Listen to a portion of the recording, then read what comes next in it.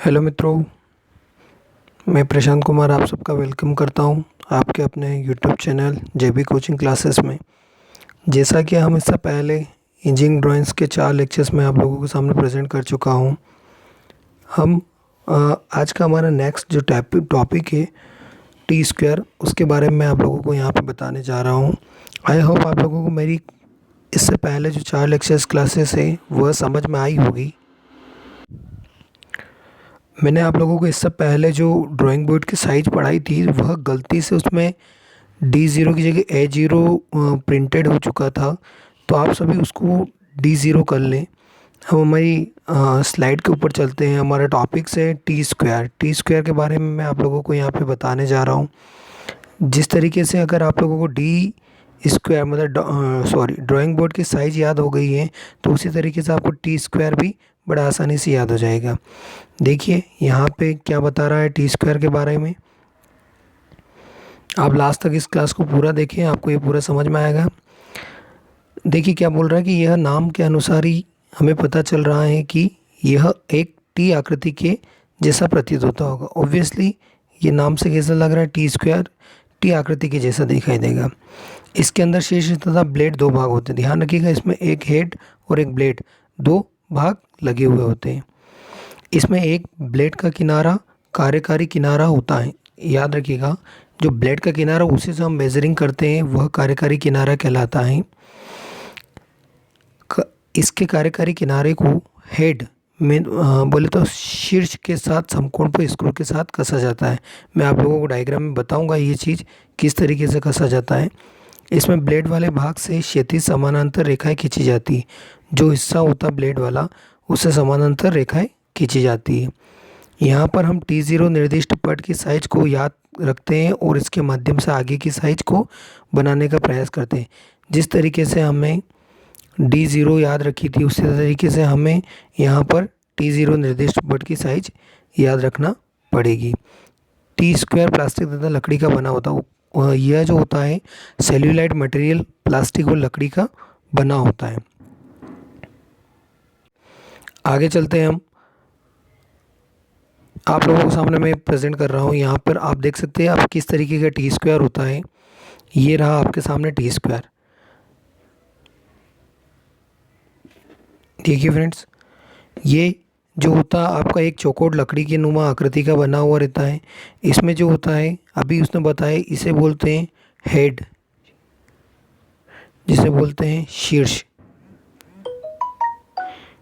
शीर्ष ओके। और ये जो होती है ये लगी हुई रहती है इसकी ब्लेड, ठीक है। वर्किंग एज जिन्हें बोलते हैं, वर्किंग एज। इसमें एक चीज़ ध्यान रखिएगा, इसमें कई बार ऑब्जेक्टिव में एक क्वेश्चन पूछता है कि टी स्क्वायर में कितने डिग्री का कोण मौजूद होता है, तो 90 डिग्री। और ये यहाँ पे स्क्रू के द्वारा जुड़ा हुआ रहता है। तो ये है आपका एक टी स्क्वायर, ठीक है। ध्यान रखिएगा टी स्क्वायर की आकृति कैसी होती है पहचानिएगा।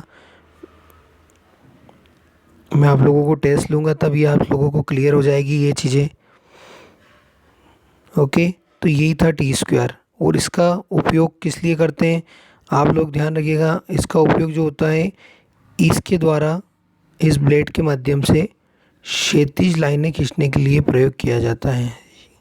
क्षैतिज लाइनें, ओके। कौन सी लाइन? क्षैतिज लाइन। इस चीज़ को खास कर ध्यान रखिएगा, जिन्हें हम बोलते हैं हॉरिजेंटल, ठीक है। हॉरिजेंटल लाइन बोलते हैं क्षैतिज रेखाएं। चलिए हम चलते हैं आगे की ओर। तो अभी आपको मैंने टी स्क्वायर दिखाया। अब टी स्क्वायर किस तरीके से, क्या रूप होता होगा टी स्क्वायर का, किस तरीके से शीट पे लगा हुआ रहता होगा, ये आप लोगों के सामने यहाँ पे दे रखा है। ये आप लोग देख सकते हैं। देखिए ये एक ड्राइंग बोर्ड के ऊपर एक ड्राइंग शीट लगी हुई है, जिसके ऊपर ये आपका टी स्क्वायर, ये लकड़ी नुमा टी स्क्वायर जुड़ा हुआ है। और ये इस तरीके से ये यहाँ पे स्ट्रेट जो लाइनें खींची जाती है, इसको ये बनाने के लिए हम टी स्क्वायर का प्रयोग करते हैं। ओके, तो ये है आपका टी स्क्वायर। इसी के बाद हम आगे देखते हैं हमारा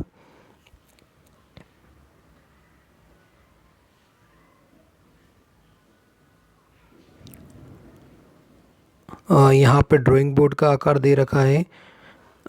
अब आप लोगों को यहाँ पे हमें टी स्क्वायर का आकार पढ़ना, कंफ्यूज मत होइएगा। ड्राइंग बोर्ड का आकार यहाँ पे ये सही चल रहा है, क्योंकि यहाँ पे मैं आप लोगों को एक बार वो ड्राइंग बोर्ड का आकार इसलिए बता रहा हूँ क्योंकि इसी ड्राइंग बोर्ड के आकार के अनुसार टी स्क्वायर का आकार हम निकाल पाएंगे।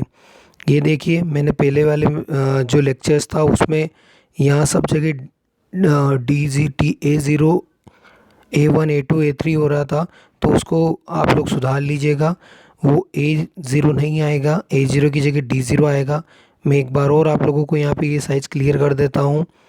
A0 जो है, सॉरी D0 जो है वो D0 जो है जिसकी लंबाई क्या होती है ड्राइंग बोर्ड में 1500 गुणित 1000 गुणित 25। और यहाँ पे मैंने एक सिंपल ट्रिक बताई थी कि 1000 में से -300 करेंगे तो 700 आएगा, और ये 700 जो हो जाएगी वो D1 की चौड़ाई बन जाएगी। तो जो D1 की चौड़ाई बन जाएगी तो जो D0 की लंबाई होगी वो D1 की लंबाई बन जाएगी, और उस यहाँ से 300 माइनस करके हम D1 की चौड़ाई प्राप्त कर लेंगे। D1 और D0 में मोटाई सेम रहेगी 25। अब फिर क्या ट्रिक है अगली, D2 की साइज़ निकालने के लिए जो D0 की जो D1 की चौड़ाई है उसमें से 200 माइनस करेंगे, 500 प्राप्त होगा, और ये जो 500 है वो D2 की चौड़ाई बन जाएगी, और D1 की जो चौड़ाई थी वो D2 की लंबाई बन जाएगी।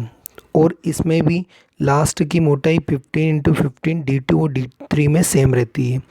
तो ये यहाँ पे आपको यहाँ पे फिर D2 की साइज़ D3 की साइज़ निकालने के लिए D2 का यूज़ किया, और D2 में जो 500 था उसमें से हमने क्या किया 150 माइनस किया, 350 यहाँ से शेष बचा। इसको आप सुधार लीजिएगा, ये 325 है, नहीं 350 है यहाँ पर। ओके, ये 350 बनेगा, तो 500 × 350 × 15। तो इस तरीके से हमारी यहाँ पे D0 की साइज़ हमें प्राप्त हुई है। आई होप आप लोगों को ये ड्राइंग बोर्ड की साइज़ याद हो गई होगी। अब फ्रेंड्स हम यहाँ पढ़ रहे हैं टी स्क्वायर, तो हमें ऑब्वियसली टी स्क्वायर की साइज़ याद रखनी है। तो अभी मैंने आप लोगों से कहा कि जब तक अगर आपको ड्राइंग बोर्ड की साइज़ याद नहीं रहेगी तब तक आपको टी स्क्वायर की साइज़ याद नहीं हो सकती है। तो आपको सभी को ड्राइंग बोर्ड की साइज़ याद होना ज़रूरी है। अब हम मान लेते हैं कि हाँ आप सभी को यहाँ पे ड्राइंग बोर्ड की साइज़ क्लियर होगी। तो आप देखेंगे फ्रेंड्स कि जो ड्राइंग बोर्ड की साइज़ है, ये इनकी जितनी भी लंबाई है D0 की, D1 की, D2 की, D3 की जो लंबाई है, कितनी है लंबाई 1500, 1000, 700 और 500। ये सारी जो साइज़ है, ये सारी जो लंबाई है ये हमारी T0, T1, T2, T0, T1, T2 और T3 की बन जाएगी। ओके फ्रेंड्स, देखिए कैसे।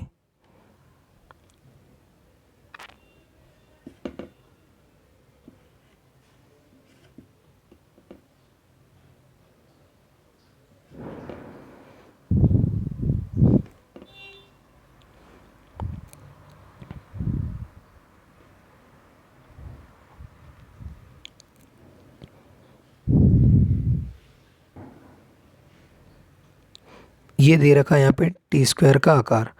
अब आप लोग देख सकते हैं ये रही आपकी टी स्क्वायर की साइज।